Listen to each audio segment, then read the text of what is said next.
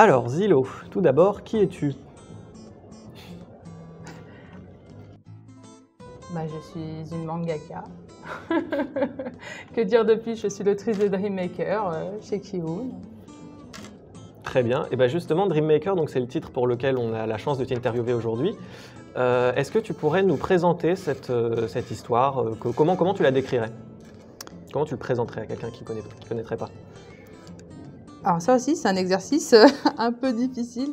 Mais en fait, Dream Maker, c'est l'histoire d'un pays, de Galia, même d'un univers, où les gens ils peuvent plus rêver. Ils ont perdu la capacité de rêver, donc du coup, pour y remédier, ils doivent aller voir des Dream Makers, des sortes de mages qui vendent leurs songes pour justement permettre à ces personnes de rêver et d'avoir un meilleur sommeil. Très bien. Et donc, tu as gagné le tremplin Kiun avec ce titre. Je voulais que tu nous racontes un petit peu comment ça s'est passé, comment tu as connu l'existence de ce tremplin, comment tu l'as préparé, pendant combien de temps, est-ce que tu étais confiante quand tu as soumis ton histoire? En fait, le tremplin, j'y ai participé au dernier moment. J'ai appris son existence, je crois qu'il restait 1 ou 2 mois. Donc du coup, j'ai repris une ancienne histoire que j'avais faite et je l'ai un peu modifiée, tout ça, notamment sur la mise en page. Et j'ai participé au tremplin à 1 mois. J'ai speedé.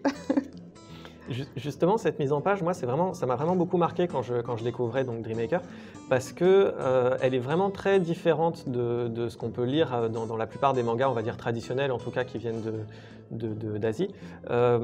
Qu'est-ce que tu en penses? Est-ce que tu es d'accord pour dire que tu as effectivement une façon de raconter ou une narration qui est peut-être un peu différente, et comment tu décrirais ça? Après, je sais pas. Je pense que même dans les mangas, il y a des auteurs qui ont une mise en page assez différente. Après, si on parle des shonen classiques qui sortent du Shonen Jump, un peu moins. Mais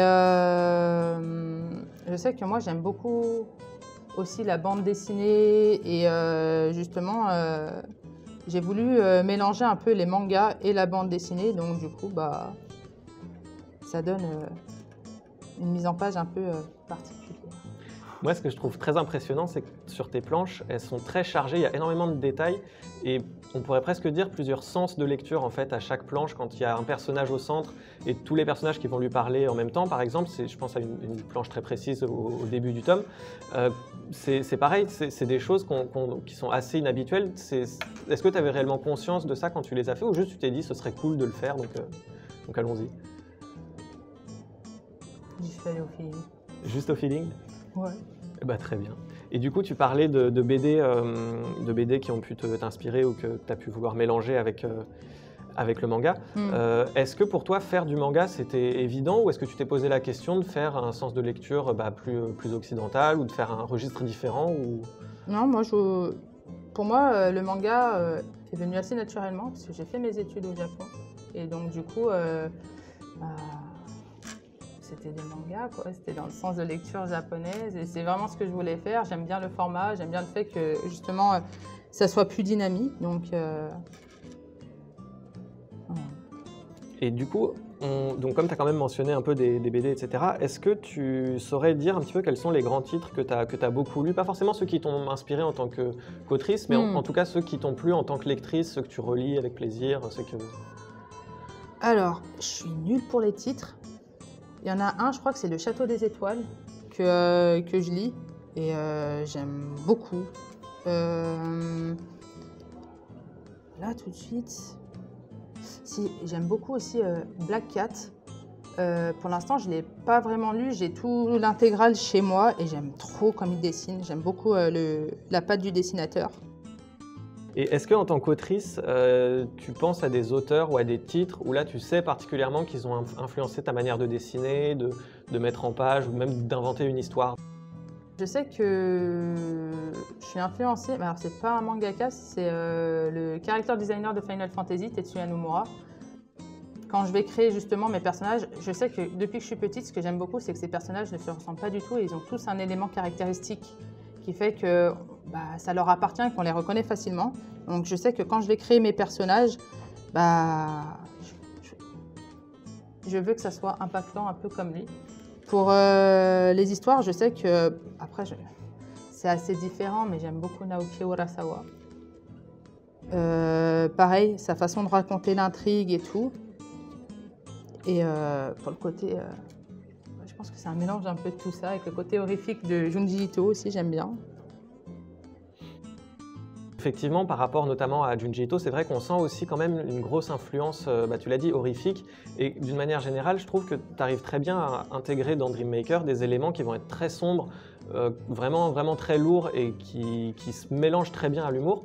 Comment tu parviens à doser ce mélange entre les trucs plus sérieux et un peu plus légers, on va dire, un peu plus fun? Ça aussi, c'est une bonne question. Au feeling. Ce serait quoi pour toi l'âge idéal à partir duquel on peut commencer à lire Dream Maker? Je pense que dès le collège, on peut le lire. Ouais. Parce que quand j'ai commencé, c'est vrai qu'au début, sur les premiers chapitres, on a l'impression que c'est une histoire qui est plutôt fantaisiste et qui est très, très fun, colorée, légère. Et puis ensuite, il y a certaines séquences, que je ne vais pas spoiler, mais qui viennent assombrir un petit peu et alourdir un petit peu tout le récit. Et c'est vrai que du coup, j'ai trouvé ça assez intéressant, ce mélange un petit peu des genres et du coup aussi le fait de potentiellement pouvoir appeler à d'autres tranches de lectorat. Et c'est là où on en vient à Junji Ito aussi, ou sur le fait de pas forcément... toi, tu cherches pas forcément à écrire pour un public particulier ou... Non. C'est plus général? Si l'histoire parle à une personne, peu importe son âge, c'est que le manga est peut-être fait pour lui ou elle. Donc non, je vise vraiment pas un public en particulier. Et donc, au niveau de la façon dont tu construis ton histoire, est-ce que tu as déjà toute l'histoire en tête? Est-ce que tu sais déjà comment ça va se terminer? J'ai les grandes lignes et j'ai la fin. Et à ton avis, idéalement, ça durerait combien de temps, combien de tomes? Ce serait quoi la timeline un petit peu? À quoi s'attendre? Est-ce que ça va être 70 tomes ou est-ce que ça va être plus court? Non, j'espère faire une histoire courte parce que j'admire les personnes qui sont capables de faire des histoires longues, mais je sais que moi, je me lasse assez vite. Et parce que j'ai tout le temps plein d'idées. Et je sais que là, par exemple, j'ai déjà un scénario pour une prochaine histoire. Et je me vois vraiment pas partir sur une série longue. Et ça, du coup, j'imagine que dans les discussions avec Ki-hoon avant d'être publié, c'est des choses dont vous avez dû discuter aussi. Comment tu t'habitues aux échanges avec les éditeurs, peut-être au va-et-vient qu'il peut y avoir avec les œuvres, etc. Comment ça se passe? L'échange avec les éditeurs, je suis toujours en apprentissage. Donc je fais pas mal de petites boulettes, mais j'apprends à travers ces boulettes. Voilà. Et c'est vrai qu'au Japon, il y a le rôle du tanto, qui est une sorte de super éditeur pour les auteurs. En France, on a beaucoup moins ça. Donc ouais. Tu disais que toi, tu t'es formé au Japon. Est-ce que tu t'habituais ou tu t'imaginais avoir ce type de relation? Est-ce que tu arrives à la reproduire un petit peu chez Ki-hoon? Est-ce que c'est une autre manière de faire? Comment ça se passe? Après, au Japon, moi, j'y étais parce que j'ai étudié là-bas. J'ai rien sorti, on va dire. Après, je sais comment ça se passe avec les éditeurs, mais c'est vrai que le côté tanto en France, on ne l'a pas vraiment. Et ouais, ça serait cool d'avoir quelqu'un qui suit l'auteur chapitre par chapitre. Mais ouais, sur ce côté-là, c'est assez différent aussi sur le côté des assistants, parce que les mangaka japonais ont pas mal d'assistants, donc ils peuvent aller plus vite, ils peuvent se décharger de certaines choses, ce qu'on fait moins en France, voire pas du tout. Donc, mais après, ils ont un rythme aussi qui est différent de celui de la France. Et souvent, on connaît le rythme de Shonen Jump. Donc, il faut savoir qu'en fait, quand on dit « Ouais, mais ils font 15 planches par semaine et tout », c'est pas une réalité. Mais alors, loin de là. Il y a des maisons d'édition qui ont un rythme beaucoup plus posé. Donc, et c'est sûr que je les envie pas. Alors, pas du tout.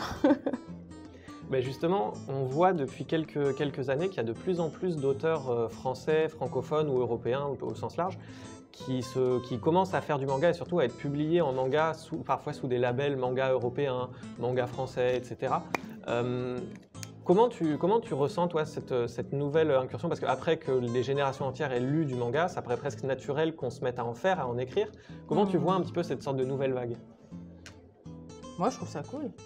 Ouais, je trouve ça super cool justement qu'on enlève un peu ce côté où on va bouder un peu le manga français parce que En gros, parce qu'il y a marqué manga, ça vient du Japon, donc il n'y a que des Japonais qui savent dessiner des mangas. Bah, il y a beaucoup de Japonais qui ne savent pas dessiner du tout, en fait. Donc, c'est un peu stupide de raisonner comme ça. Donc, non, si les gens, ils ont...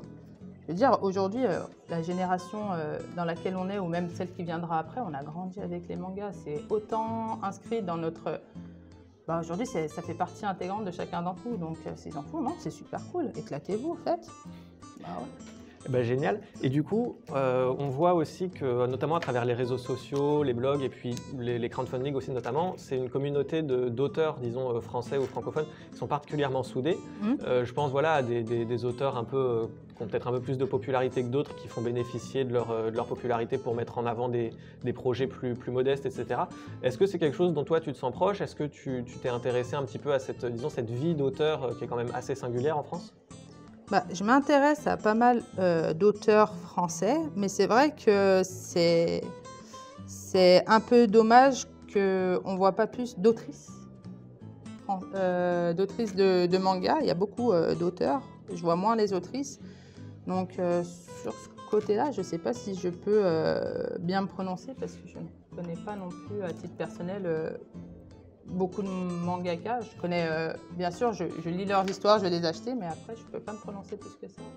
Et du coup, donc là, c'est ton premier Japan Expo. Justement, on a pu voir que par rapport disons, au début de la vague manga, le lectorat type a énormément évolué, à tel point qu'on ne peut même plus forcément parler de lectorat type aujourd'hui. Est-ce que pour toi, c'est important aussi de pouvoir montrer cette, disons, je ne vais pas dire particularité, mais voilà, d'affirmer aussi cette identité-là De quoi? Du côté autrice? Ouais, du côté autrice et oui, des femmes dans le manga, on va dire. Bah, parce que je pense qu'il y a pas mal de personnes qui continuent à croire que, en gros, c'est un peu comme ce que je disais. Il y en a beaucoup qui vont dire que les mangas, il faut que ça soit fait par des Japonais parce que le manga vient du Japon. Je trouve que le raisonnement est un peu stupide. Et c'est un peu pareil pour les mangas, surtout quand on s'inscrit dans le côté shonen. Et il y en a beaucoup qui pensent que les shonen, en fait, ça devrait être écrit par des garçons parce que si c'est écrit par des filles, c'est forcément plus doux. Et je suis en mode, mais Fullmetal Alchemist, c'est fait par une mangaka. Hein. The Promised Neverland, c'est deux autrices aussi. Une qui dessine et l'autre qui écrit. Et Blue Exorcist, c'est pareil. Kurosugi, c'est pareil. Et en fait, je trouve ça dommage de raisonner comme ça. Parce qu'il y a beaucoup d'autrices qui ont aussi marqué. Et c'est vrai que du coup, on voit aussi qu'il y a de plus en plus une sorte de décloisonnement des genres, des registres où avant les gens avaient vraiment tendance à catégoriser, voilà, le shonen c'est pour les jeunes garçons, le shoujo pour les jeunes filles, le seinen, etc. Aujourd'hui, on voit que ça évolue aussi beaucoup. Bon, j'imagine que c'est l'ordre naturel des choses et c'est absolument évident. Est-ce que pour toi, comment tu le vois? Enfin, évidemment, c'est une bonne chose et c'est une bonne chose. De toute façon, ça montre que la société, elle avance et qu'il y a des préjugés qu'il y avait avant qui aujourd'hui sont complètement obsolètes. Après, s'il y a des gens qui continuent de penser comme ça, c'est dommage. C'est que bah, la société, elle avance, eux, ils se sont oubliés. Donc non, c'est une bonne chose. Donc là, c'était ton premier Japan Expo. Comment ça se passe, la rencontre avec le public? Alors au début, j'étais super stressée. Rien que pour les dédicaces, je me suis entraînée avant. Je suis venue même plus tôt à Japan Expo pour me dire non, c'est bon, j'aurais pas les mains qui tremblent. Et finalement, bah, j'ai eu les mains qui tremblent. Et en fait, ça s'est super bien passé. Les gens sont super gentils. Je pense qu'il y en a, ils étaient aussi timides que moi, donc ils parlaient pas beaucoup.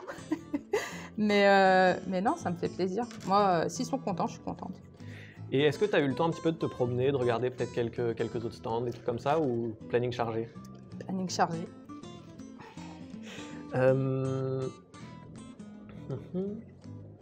Est-ce que tu aimerais bien voir ta série animée un jour? Ça serait trop bien.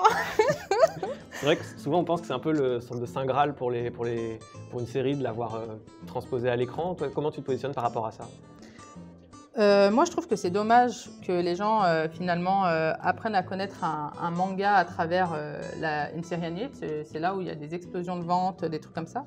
Mais j'adore l'animation. C'est juste que c'est un métier que j'ai essayé, mais je ne pourrais pas le faire. Et franchement, de le voir sur un autre médium, de les voir parler et tout ça, ce serait trop bien.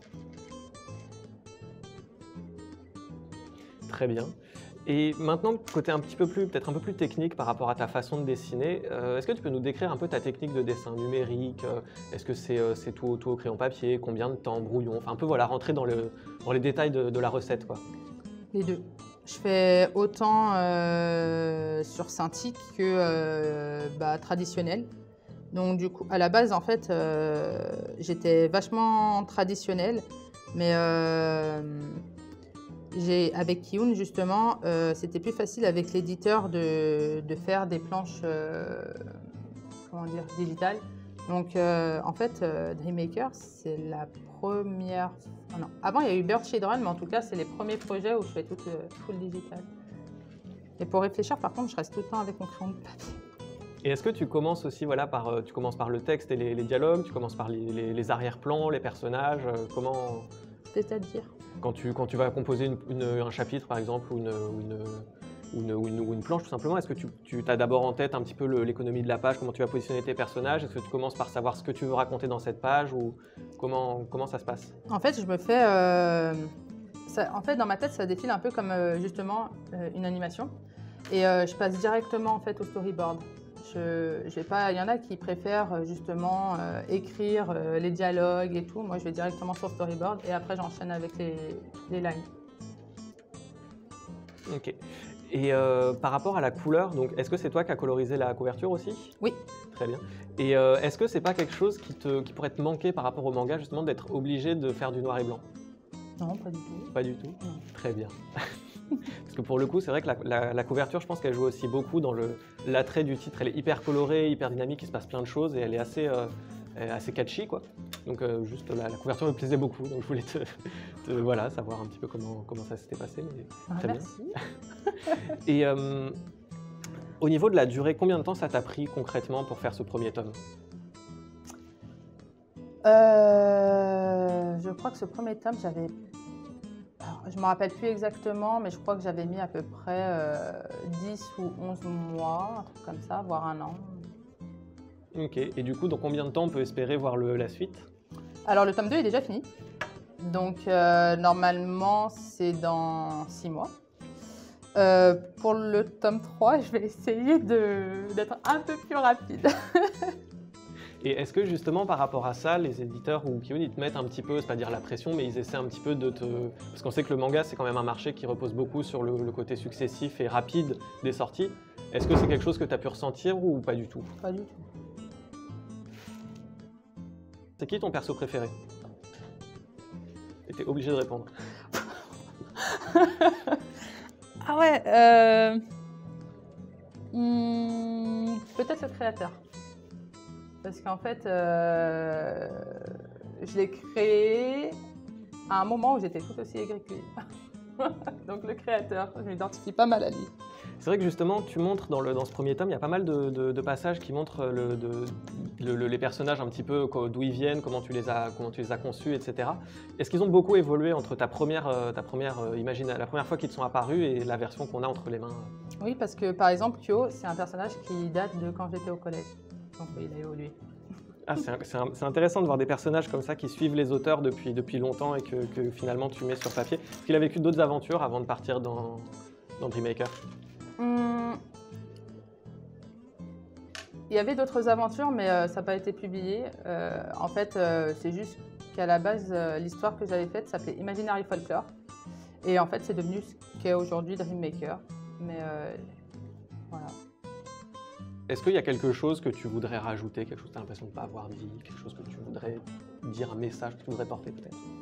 Un message que je voudrais porter?